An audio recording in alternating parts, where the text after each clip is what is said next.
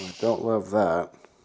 Hello and welcome to the Boat Shed. My name is John and this boat behind me is Antidote. Now for the last 15 years I've been working as a mechanical engineer, but I decided to take a break from that to pursue an old dream to fix up this sailboat and go sailing around the world. We've got a lot of work to do, and last time we were here we were tabbing in a new forward bulkhead, and today we're going to take a look at these 35-year-old teak deck beams, see if they're okay to reinstall, and hopefully get that finished up. Let's go take a look. So these are teak 2-inch by 2-inch wooden beams, and these were all removed from the bow of the boat in preparation for removing that forward bulkhead.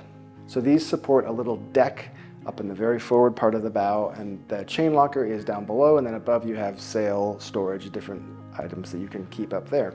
So this piece is the very forward piece, and it goes right about there. So this is on the forward side of the bulkhead mounted up high. And then behind that is another section, and you've seen me play with this piece of wood before, and this is mounted on the aft end of the bulkhead but down lower, and this connects through this piece here and forms another floor that you can walk on in the boat, but the piece on the back is still up in the boat. When we removed them, we checked them for moisture. Now unfortunately the moisture meter that we used to have here was ruined in the giant flood of the workshop, and if you don't know anything about the giant workshop flood, you can check out this video and you can catch up on what happened there. That was a lot of fun. So now thankfully we have a new tool. This is the Skipper Plus, not sponsored, just a great tool. You might have seen this if you watch Sail Life. Mads is a big fan of this particular model. So we've upgraded a little bit here. Unfortunately, when I took my moisture readings removing these pieces, it was with the original tool, so it's really hard for me to know if they've actually gone down in moisture. I wrote down in several places numbers, 29, 20, 24, to indicate the percent moisture that was indicated by the tool. And now this is showing new values which are lower than those. So there's a good chance that the moisture has reduced. These have been sitting down in a humidity controlled basement for the last several months. It's also possible the tools just read differently and nothing has changed. At any rate, these feel good. They're super solid. We will be putting these back in. Before we do that, we'll be refitting them to the bow of the boat, and then they'll all get covered with Interprotect and bilge coat, so they'll be fully sealed up. We're gonna slather them with epoxy when we reinstall them. They're gonna be a permanent solution. They've been in the boat for 35 years. They're still doing pretty good. So my feeling is that if we put them in without any intention of taking them out again, in other words, very well, then I think they'll last at least another 35 years, more than I will need them for. So generally, if I knew I had high moisture content in these beams and they were subjected to some leaks, I would want to wait for that water to dissipate. So that takes a bit of time. But if you cover these up with epoxy and things like that, seal all that water in, well, you're maybe not doing it any favors. So these are looking nice and dry, I think, and we're good to go. So let's go up to the bow of the boat now. I'll show you exactly where they go, and we'll start trying to fit them in. Back up at the bow now, and we've taken some time to prepare the inside surface here. We've done a little sanding to get that fairing compound smoothed out and just prepared the inside surface to receive this wooden framing member. Now the original piece was screwed in from the front side all the way through into the beam, and that was how the beam was held in place. Now we've upgraded to stainless steel bolts, and you can see I've already got two set up here, and that was just put in to locate the piece to get it held at the right spot. Now there's a few more holes here that are prepared, ready to go, and we'll drill those through later and bolt this up. Now if I was starting all over again, honestly I would probably just use a couple to locate the piece and glue this in, and I still could do that, but I probably will put the rest of the bolt holes through because it's going to create a really cool industrial look. And then also I'll have some hard points here where I can mount some maybe hooks. Maybe I want to hang some ropes in here, different things. I'm not sure, but I think we're going to press ahead with the original plan on that, but knowing that the epoxy probably would be plenty strong to hold that up in the future. So if we come and take a look inside, you'll see the beam is already mounted. There are some small gaps on the one side. We're going to fill those with thickened epoxy, and I have trimmed the corners slightly and rounded them over just so that they'd be accommodated by the extra thickness of the tabbing. This is all set up here and ready to go. So now let's add the other pieces so we can see how this would look when it goes back together. The original beams are back in place now. Just dry fit, we haven't glued those in. We'll do that shortly. But we want to take a look at the decking that was on top of those, make sure that the size still looks good, because we're going to use those as patterns to make the new pieces out of, well, I'll show you in a second. So these are the pieces, and as you can see, they're just flimsy, couple pieces of the ply and a little bit of fiberglass. Let's take these inside and get them fit.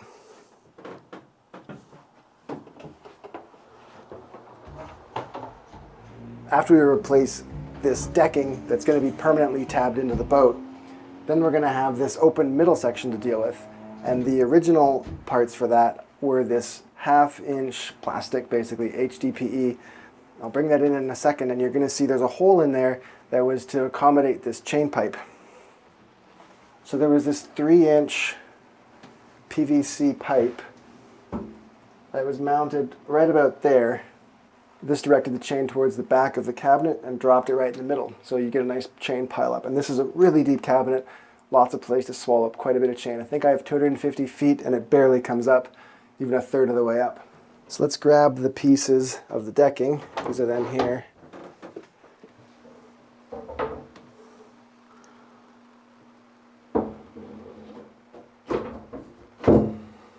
So as it was built, everything looked kind of like this. The chain pipe came right down the center. This is a 3-inch white PVC tube, and it looks like it's done a pretty decent job. It was certainly working fine when I got the boat. I'm wondering about trying to cheat this pipe over a couple of inches, maybe towards the port side here, so I can get a little bit more room into this cabinet. I'm curious to hear what you guys think about that. What's your experience trying to get a chain moved around with a special hose pipe or chain pipe? Are you able to do it, or does it just get all tangled up? I'm sure there's a lot more propensity to tangle when you do that, but I'm thinking about maybe experimenting with that. In any event, we are going to want to add another cross brace in the center here to go underneath this seam. And I'm thinking we're probably still going to divide this 50-50.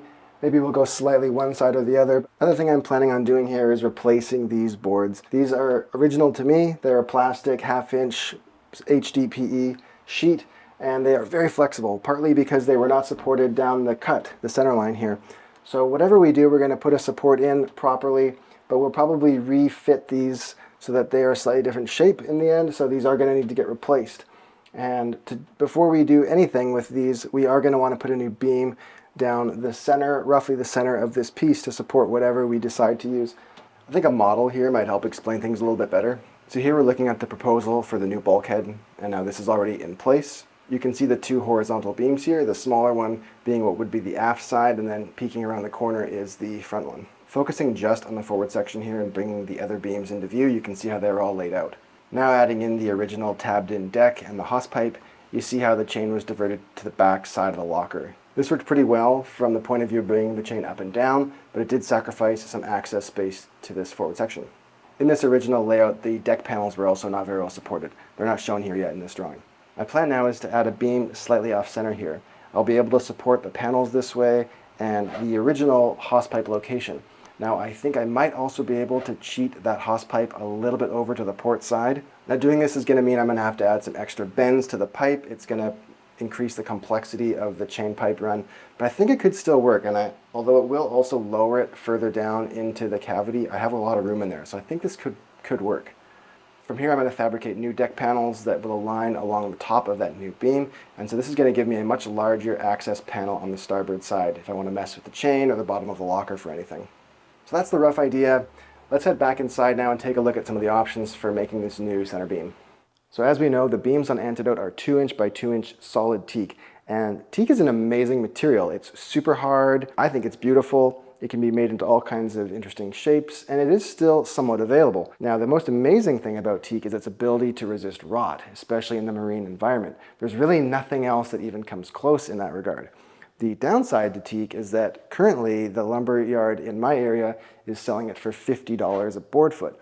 And so that makes this piece here roughly, I don't know, around $20 to $30. The problem is you're gonna have a hard time finding one little piece of teak that you need, at least around here. So they sell a 2x10 board in an 8-foot length, and it's $650. So that is a lot of money to make some little beams. Now I do have other uses for teak like that maybe in the future. We'll see. If you have a great idea on where to get some teak, especially 2-inch thick boards, let me know in the comments down below, because I'm very interested. For now, we're gonna pass on making new teak beams, and I was thinking of maybe doing a laminated fiberglass wrapped foam beam, which is still something I might consider. But I think the easiest thing to do right now is just to go with some standard 2" by 2" aluminum box beam. So this is a 2" by 2", 1/8" thick aluminum 6061 aluminum beam. The whole thing, I think it's 8 feet long. It was $30. So very affordable.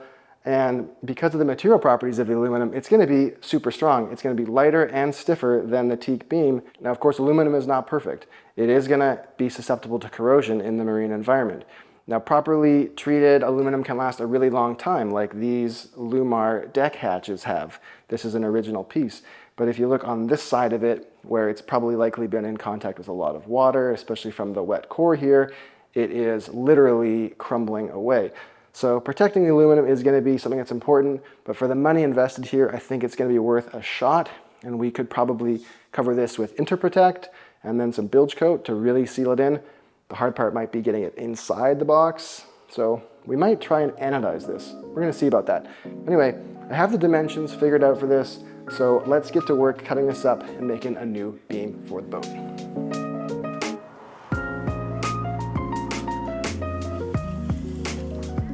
Let's take a second to say thanks to the newest member of the crew that helps keep this channel cranking out videos. If you're interested in joining the Patreon group, there is a link in the description below.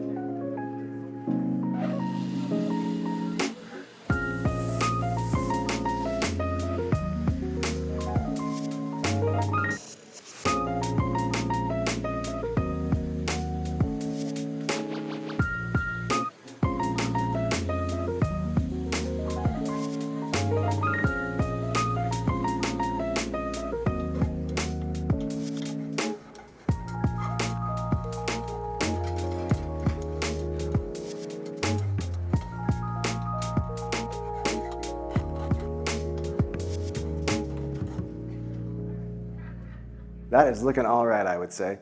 So now we've mocked everything up back in the bow, and we took this little guy for a test drive, and I'm pretty happy with the way that it all fits. So we did some tracing of where it's going to go. I want to slide it all the way to the port side as far as I can, like I showed you earlier. So we traced around the locations and marked where the holes will roughly go. And now we want to bring this back down to the shop because we are going to try to let this in. For this minor surgery, we are setting up the router bit with a flat bottom cutter bit, and we're going to try to do this freehand, so don't try this at home.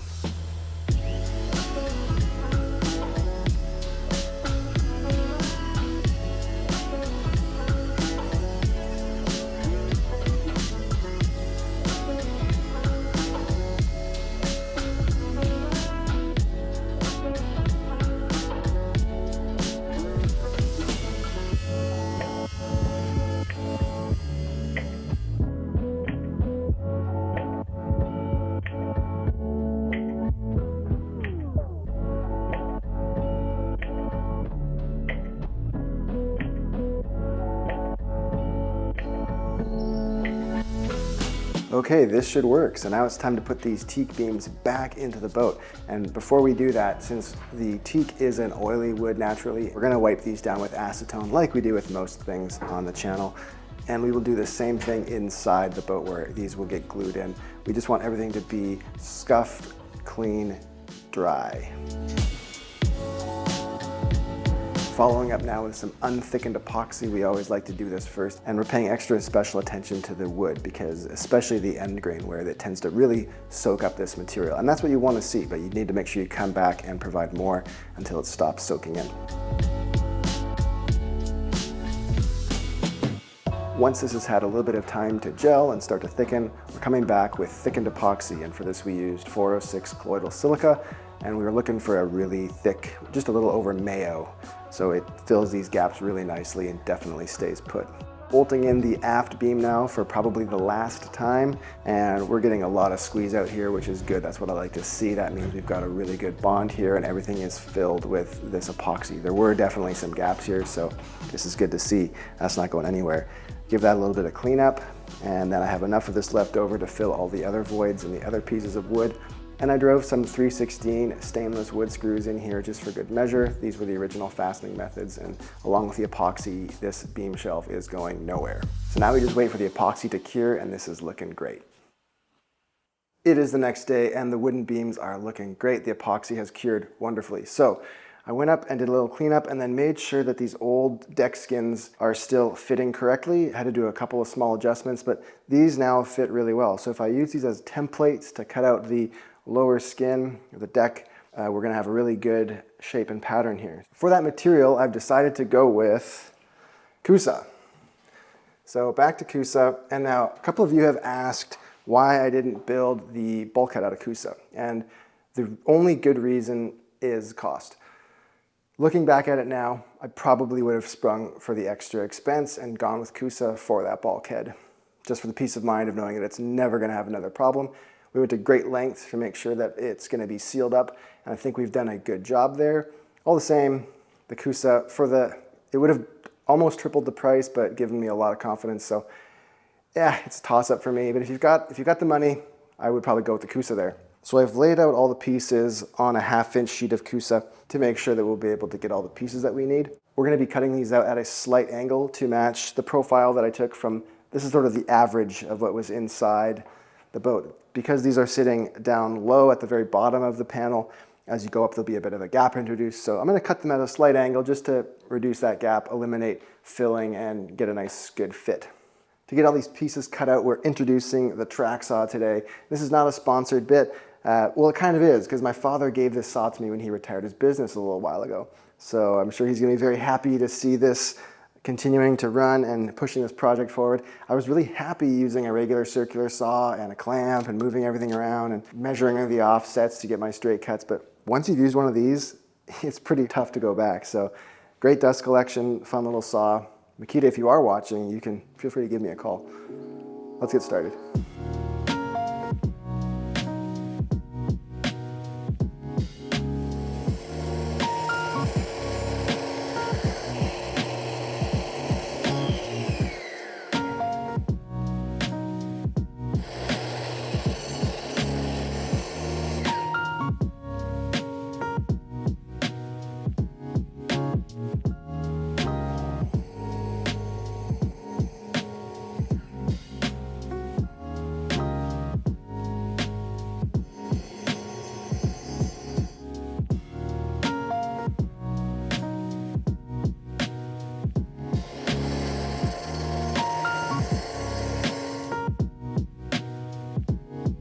Starting now with the bow section, we're going to trace it upside down.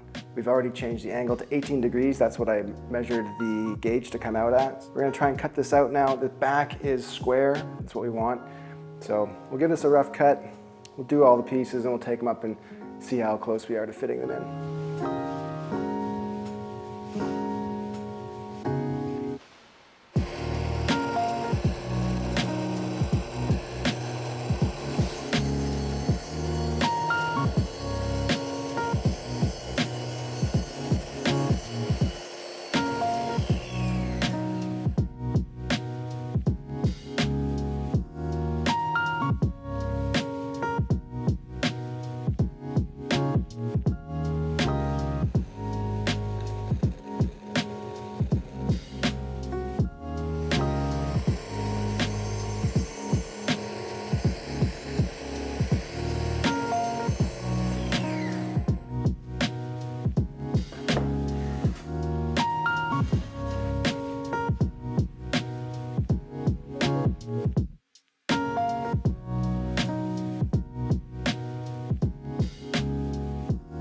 With just the smallest amount of coaxing, all of these panels are now fit into the bow of the boat. Since the original glasswork has some bumps and artifacts left over from the original build, we had to adjust some of these pieces to accommodate those. And so you can see here on the bottom where I had to take some bites out with the sander.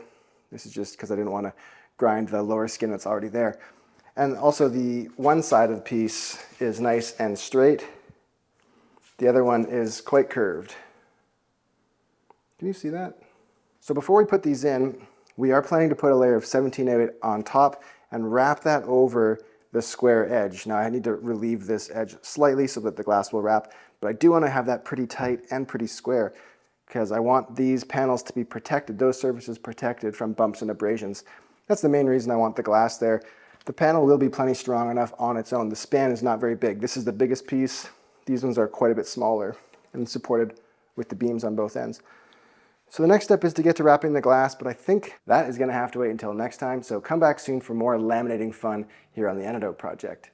Now if you're enjoying this channel and want to show us some love, one of the things you can do is to hit the like and subscribe, all those different buttons.